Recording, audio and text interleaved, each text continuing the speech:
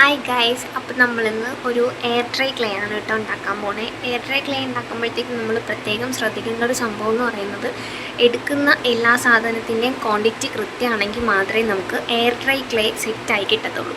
അപ്പം നമുക്ക് ഉണ്ടാക്കാൻ പോവാം. അപ്പോൾ ഗൈസ്, ഞാനതിന് വേണ്ടിയിട്ട് വീട്ടിൽ യൂസ് ചെയ്യാത്ത ചീത്തയായിപ്പോയ ഒരു പാനാണ് കേട്ടോ എടുക്കണേ. ഇതേപോലെ ചീത്തയായത് മാത്രം എടുക്കാൻ പ്രത്യേകം ശ്രദ്ധിക്കുക, ഇല്ലെന്നുണ്ടെങ്കിൽ നമുക്ക് വീട്ടിൽ നിന്ന് നല്ല അടിയും വഴുക്കും കേൾക്കേണ്ടി വരും. അപ്പം ഞാനതിലേക്ക് കോൺഫ്ലവറാണ് കേട്ടോ ഇട്ട് കൊടുക്കണേ. കോൺഫ്ലവർ ഞാൻ ഈ ഒരു 3/4 കപ്പാണ് എടുക്കാൻ ഉദ്ദേശിക്കണേ. ആ ഒരു 3/4 കപ്പ് കണക്കിന് നിങ്ങൾക്ക് ആവശ്യമുള്ള അത്രയും ക്വാണ്ടിറ്റിയിൽ എടുക്കാം കേട്ടോ. ഞാൻ അത്രയും ഉണ്ടാക്കണുള്ളൂ, അതുകൊണ്ടാണ് ഞാൻ അത്ര മാത്രം എടുക്കണേ. കോൺഫ്ലവർ തന്നെ എടുക്കണം കേട്ടോ, വേറെ ഒന്നും എടുത്താൽ സെറ്റ് ആകത്തില്ല. അപ്പം ഞാൻ അതെടുക്കണുണ്ടേ. ഇനി നമുക്ക് അതിനകത്തോട്ട് ആവശ്യമായിട്ട് വരുന്നത് ഫെവിക്കോളാണ്. ഈ ഒരു ബോട്ടിൽ ഫെവിക്കോൾ പറഞ്ഞത് 100 രൂപയാണ് കേട്ടോ. മറ്റേ ചെറുത് മേടിച്ച് കഴിഞ്ഞാൽ നമുക്ക് മുതലാവത്തില്ല. അപ്പം ഞാൻ എടുത്ത ആ മാവിൻ്റെ അതേ അളവിന് തന്നെയാണ് കേട്ടോ ഫെവിക്കോൾ എടുക്കണേ. ഒരു വ്യത്യാസവും വരുത്തരുത്. അതേ ക്വാണ്ടിറ്റിയിൽ തന്നെ നമ്മൾ ഫെവിക്കോൾ എടുക്കണേ. ഫെവിക്കോൾ എടുത്തതിന് ശേഷം അത് നമുക്ക് മാവിലോട്ട് ഒഴിച്ചു കൊടുക്കാവേ. നല്ലോണം മിക്സ് ചെയ്ത് കൊടുക്കണം. നല്ലോണം എന്ന് പറയുമ്പോഴത്തേക്കും ഇതിൻ്റെ ഉള്ളിൽ, അതായത് മാവും ഫെവിക്കോളും കൂടെ നമ്മുടെ നന്നായിട്ട് മിക്സായി ഒരുമിച്ച് ഒത്തുചേർന്ന് ഇരിക്കത്തക്ക രീതിക്ക് നല്ലോണം മിക്സ് ചെയ്ത് കൊടുക്കണേ. ഇനി നമുക്ക് ഇതിനകത്തോട്ട് ആവശ്യമായിട്ട് വരുന്നത് നമ്മുടെ കോക്കനട്ട് ഓയിലുണ്ടല്ലോ, വെളിച്ചെണ്ണയാണ് കേട്ടോ. ഞാനതൊരു 1.25 സ്പൂണാണേ ഒഴിച്ചു കൊടുക്കണേ. ഇത് ഈ ടീസ്പൂണും ടേബിൾ സ്പൂണും ആ ഒരു സംഭവം പറഞ്ഞുതരാൻ എനിക്കറിയത്തില്ല. ഞാനൊരു 1.25 സ്പൂൺ അതാണ് കേട്ടോ ഒഴിച്ചു കൊടുക്കണേ.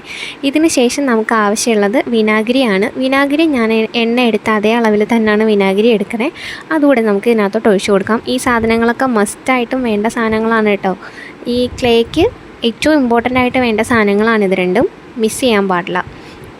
എന്നിട്ട് നല്ലോണം നമുക്കിത് മിക്സ് ചെയ്ത് കൊടുക്കണം. നല്ല വൃത്തിക്ക് മിക്സ് ചെയ്തെടുക്കണേ. എയർ ബബിൾസൊക്കെ പോകത്തക്ക രീതിക്ക് നല്ലോണം മിക്സ് ചെയ്ത് സെറ്റാക്കി എടുക്കണം. ഞാനിതേപോലെ നല്ലോണം മിക്സ് ചെയ്തെടുത്തു. ഇനി നമുക്കിത് കുക്ക് ചെയ്തെടുക്കണം. കുക്ക് ചെയ്തെടുക്കുക എന്ന് പറയുമ്പോഴത്തേക്കും നമുക്ക് ഏറെക്കുറെ ഒരു ഗ്യാസിലായിരിക്കുമല്ലോ എല്ലാവരും വേവിക്കുക. അപ്പോൾ ഏറെക്കുറെ ഒരു 3 മിനിറ്റ് വേണ്ട, നമുക്ക് കുക്ക് ചെയ്തെടുക്കാൻ വേണ്ടിയിട്ട്, ഇത് സെറ്റായി കിട്ടാൻ വേണ്ടിയിട്ട് 3 മിനിറ്റിൻ്റെ ആവശ്യമില്ല. അതായത് ഞാൻ കാണിച്ചു തരാം ഏതവസ്ഥയിലാണ് നിങ്ങളിത് ഓഫ് ചെയ്യേണ്ടതെന്നുള്ളത്.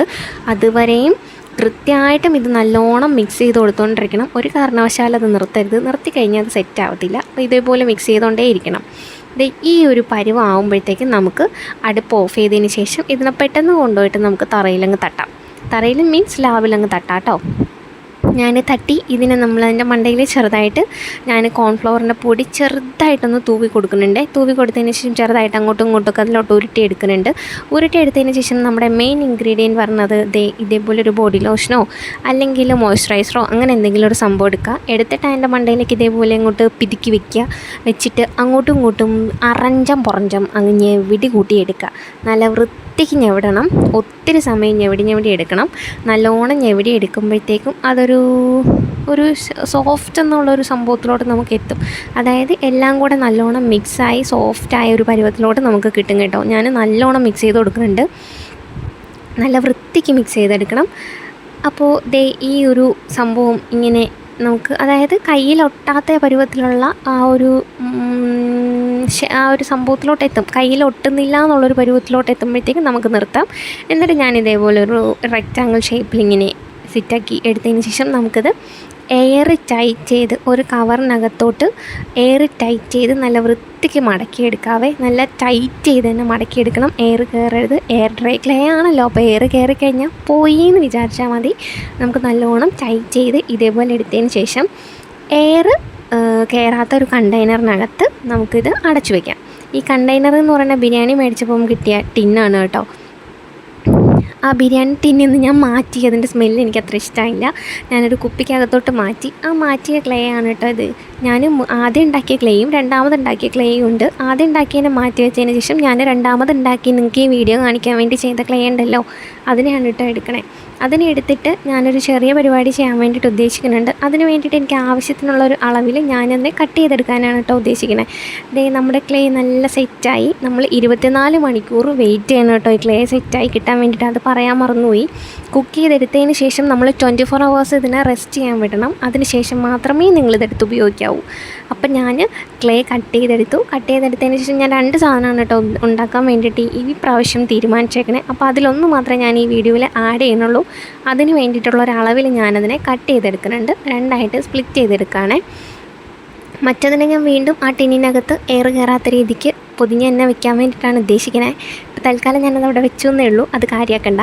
അപ്പം നമുക്ക് ബാക്കി പരിപാടിയിലോട്ട് പോകാം. ഞാൻ ആ സംഭവത്തിനെ 1-2 പീസസ് ആക്കിയിട്ട്, അതായത് ആവശ്യത്തിനുള്ള പീസാക്കിയിട്ട് മാറ്റി എടുക്കുന്നുണ്ട്. എടുക്കുന്നതിന് മുന്നേ ഞാൻ നല്ലോണം അത് മസാജ് ചെയ്ത് സെറ്റ് ചെയ്യുന്നുണ്ട് കേട്ടോ.